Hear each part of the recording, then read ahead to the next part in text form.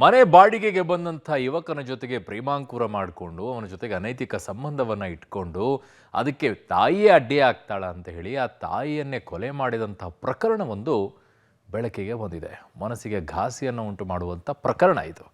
ಏನಾಯಿತು ಈ ಪ್ರಕರಣ ನೋಡಿ. ಪ್ರಿಯಕರನೊಟ್ಟಿಗೆ ಸೇರಿ ತಾಯಿಯ ಹತ್ಯೆ.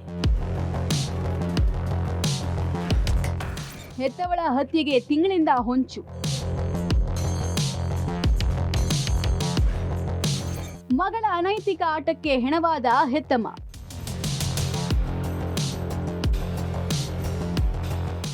ಒಂಬತ್ತು ತಿಂಗಳು ಹೊತ್ತು ಹೆತ್ತ ತಾಯಿಯನ್ನ ಮಗಳು ಪ್ರಿಯಕರನೊಟ್ಟಿಗೆ ಸೇರ್ಕೊಂಡು ಹೆತ್ತಮ್ಮನನ್ನೇ ಕೊಲೆ ಮಾಡಿದ್ದಾಳೆ.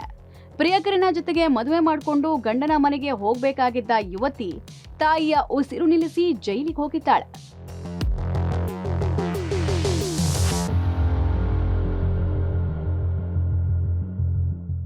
ಕಳೆದ ತಿಂಗಳ ಹಿಂದೆ ಮನೆಯಲ್ಲಿ ಪ್ರಿಯಕರ ನವನೀಶ್ ಜೊತೆ ಪವಿತ್ರ ಏಕಾಂತದಲ್ಲಿ ಇದ್ದಾಗ ತಾಯಿ ಜಯಲಕ್ಷ್ಮಿ ಮನೆಗೆ ಬಂದಿದ್ರು. ಘಟನೆ ಗೊತ್ತಾದ ಬಳಿಕ ನನಗೆ ನನ್ನ ಪ್ರಿಯಕರನಿಗೆ ನಿತ್ಯವೂ ಬೈತಾನೆ ಇರ್ತಾ ಇದ್ರು. ನನ್ನ ತಾಯಿ ಇದ್ರೆ ನಮಗೆ ಜೊತೆಯಾಗಿ ಇರೋದಕ್ಕೆ ಬಿಡೋದಿಲ್ಲ, ಅವರು ಇಲ್ಲ ಅಂದ್ರೆ ಯಾವುದೇ ತೊಂದರೆ ನಮಗ್ ಬರೋದಿಲ್ಲ ಅಂತ ಪ್ರಿಯಕರನ ಜೊತೆಗೆ ಸೇರಿ ಹತ್ಯೆಗೆ ಪ್ಲಾನ್ ಮಾಡಿದ್ಲು. 1 ತಿಂಗಳಿಂದ ತಾಯಿ ಹತ್ಯೆಗೆ ಹೊಂಚು ಹಾಕಿದ್ಲು. ಬೊಮ್ಮನಹಳ್ಳಿ ಪೊಲೀಸ್ ಠಾಣೆಯಲ್ಲಿ ಒಂದು ಕೊಲೆ ಪ್ರಕರಣವನ್ನು ದಾಖಲಿಸಿಕೊಂಡಿದ್ದೀವಿ. ಜಯಲಕ್ಷ್ಮಿ ಎಂಬ ಮಹಿಳೆ 46 ವರ್ಷ. ಆಕೆಗೆ 2 ಹೆಣ್ಮಕ್ಳಿದ್ದಾರೆ. ಇಬ್ರಿಗೂ ಮದುವೆ ಮಾಡಿಕೊಟ್ಟಿರ್ತಾಳೆ ಅವಳು. ದೊಡ್ಡ ಮಗಳದು ಬೇರೆ ಹುಡುಗನ ಜೊತೆಲಿ ಅವಳದು ಫ್ರೆಂಡ್ಶಿಪ್ ಇದ್ದಿದ್ದನ್ನ ತಾಯಿಗೆ ಗೊತ್ತಾಗಿತ್ತು ಅಂದ್ಕೊಂಡು ಆ ಹಿನ್ನೆಲೆಯಲ್ಲಿ ಆಗಾಗ ತಾಯಿ ಮಗಳಿಗೆ ಗಲಾಟೆ ಆಗ್ತಾ ಇತ್ತು.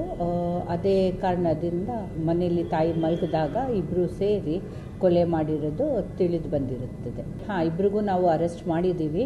ಈಗ ಕಸ್ಟಡಿಗೆ ತಗೊಂಡು ಏನು ಹೇಗೆ ಮಾಡಿದ್ರು ಅಂದ್ಕೊಂಡು ಎಲ್ಲ ತನಿಖೆ ಮುಂದುವರಿಸ್ತೀವಿ. ಉಸಿರುಗಟ್ಟಿಸಿ ಕತ್ತು ಹಿಸುಕಿ ಕೊಲೆ. ಬಾತ್ರೂಮ್ನಲ್ಲಿ ಬಿದ್ದು ಸಾವು ಅಂತ ಡ್ರಾಮಾ. ಪ್ರಿಯಕರ ನವನೀಶ್ ಜೊತೆಗೆ ಸೇರಿ ತಾಯಿಯನ್ನ ಉಸಿರುಗಟ್ಟಿಸಿ ಆರೋಪಿ ಕೊಲೆ ಮಾಡಿದ್ಲು. ಬಾತ್ರೂಮ್ನಲ್ಲಿ ಕಾಲು ಜಾರಿ ಬಿದ್ದು ಸಾವನ್ನಪ್ಪಿರೋದಾಗಿ ಕತೆ ಕಟ್ಟಿದ್ಲು. ಗೊಳೋ ಅಂತ ಕಣ್ಣೀರ್ ಹಾಕಿದ್ಲು.